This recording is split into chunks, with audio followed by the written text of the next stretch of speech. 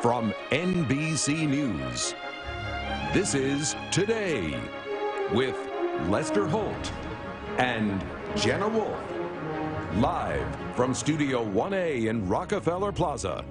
There is something that Jen and I have in common you may not know about. Jamaica. My grandparents, my maternal grandparents, were born on the Caribbean island. And I was actually born on the island. We recently returned there together to retrace our roots and visit some old family and friends.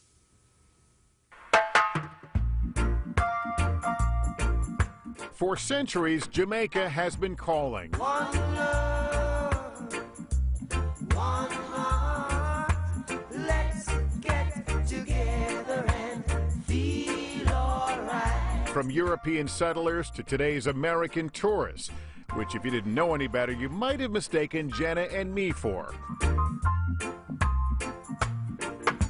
But hold on, this was no boondoggle. Well, actually, the catamaran cruise was sort of on the line. All right, but seriously, our real intention was to explore our Jamaican roots. The two of us share a connection to this proud island nation. Mine began here. So you think they're going to remember you? Well, if they don't remember my face, I can guarantee you they'll remember my voice. We're at the maternity ward of Kingston's Natal Hospital, where I was born. 4:20 a.m.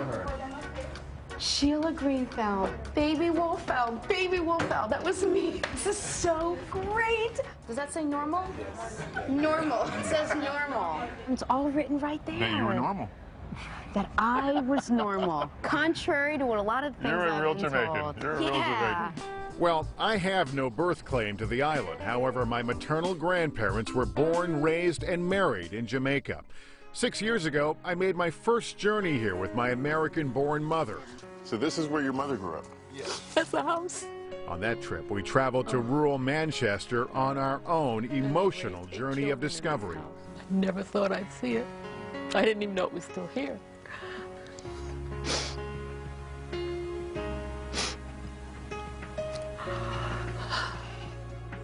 You know, it's like now I'm home. This is just unbelievable. It is. Never thought I'd see this. So when my mom and I came here, we were really telling the story of her mother, my grandmother. My grandfather, however, is from where we are now, Spanish Town. And you still have family here in Spanish Town? We don't know. We don't know a lot about my grandfather. He was one of 14 kids born to an Indian from Calcutta, a white English woman. He dropped out of school. His father died when he was very young. They were very poor. But this we know is where they were from. Meanwhile, I left Jamaica when I was 5, but I returned often over the years. Things looked pretty familiar as we drove to the Kingston neighborhood where my family lived to reunite with some very special people in my life.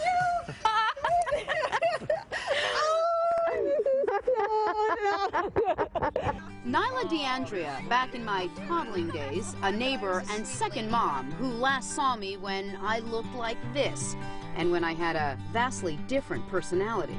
You know, you're so different on TV now because when you were here, you were so shy and so No. Did we get the wrong address? Yeah, my sons were like crazy. And Jenna was the sweet little, always perfectly dressed. And one of those sons, Antonino, my first unofficial boyfriend. Here's Antonino trying to impress me by hopping a fence. Here's me looking in the opposite direction. You used to hold Antonino's hand. Did I really? Yeah. Was it cute? Very cute. But he was a bigger boy, you see, so he had to look after you. Aww. We Jamaicans never forget the family. So once the families, no matter where they are, they're still family. Later, a stroll through the courtyard by my old apartment brought back some sweet memories, especially of one neighbor in particular who could never quite keep the music down. So you would hear the drums going and we would toss and carry on this stupid man. What is he doing making all this And who noise? was it? Bob Marley. Can you believe that? Yeah, it was Bob Marley. So when this guy brags that he likes reggae, he doesn't know. I know reggae. She grew up with it right in our backyard. that's right. Bob Marley was Jenna's neighbor. Okay, I love the Bob Marley story. Now we're at the museum where there used to be his house, which was in the shadow of where you lived. Right next door, Tell me again, how did you end up being born in Jamaica? My father had a chain of leather manufacturing companies. It started in Puerto Rico, and they moved it to Jamaica. They made leather buttons. And me and my brother were born here. And this is where I called home for many years. I never set foot in Jamaica until I was an adult. But when I got there, I met plenty of extended family. Scott, it's great to see you again. My friend, it's been a while. I would like you to meet Jenna. Jenna's I've seen you on TV. Scott Wilson is my second cousin. And guess what? Start your engines. He's a broadcaster, too, a voiceover announcer. And turns out Scott is also a record producer, and he invited us to sit in on a session for a new reggae CD. Reggae, Jamaican soul. Its music, easy pace, and beaches are what Jamaica is known for. Kingston, however, is a port city. No fancy resorts here. But if you stick with a local... We're actually going to a little key called Lime Key. And it's not much more than a sandbar, but it has a little bit of vegetation on it. And it's big enough for everybody to come on weekends. You can actually dock right on the beach. Or swim.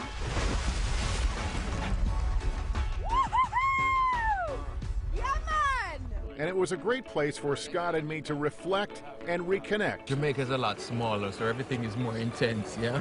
So you know, we're related, and I almost feel like I've known you forever. But the bonds of family in Jamaica are traditional, really. Before we left Lime Key, we insisted Scott teach us some of that wonderful local Jamaican dialogue. How would you say, we had a wonderful time, we can't wait to come back? Yeah, did sweet, can't wait for forward. Yeah, this sweet, I can't wait for forward. That's very good. Yeah, it's sweet, I can't wait for forward. Yeah. You sound... No, I said it right. You sound like a cartoon. Sounds like a New Yorker. Yeah, the sweet, I can't wait for forward. Yeah, it's sweet. Yeah, the sweet, I can't wait for forward. One useful phrase Scott didn't teach Jenna. Slow down. How could we possibly leave this island without tasting one of its most daring offerings, the Jamaican bobsled at Ocho Rios Mystic Mountain? Will you slow down, please? Wait, was he saying slow down? Yeah, I was. It's good of you to ask now, by the way. But anyway, slow down is a fitting response, not just to the bobsled, but to life in general. The Jamaican way of life, where the rhythm of reggae and the waves will always welcome you home. I want to go back. Bliss. Yeah. Bliss. Yeah. Yeah, if we do that once a week for the next 52 weeks, I'm not sure budget-wise that should be a problem. That's not a problem. And the bobsled thing, by the way, it didn't look fast there, but you were driving and you had the control on the brakes. It was Lester like this.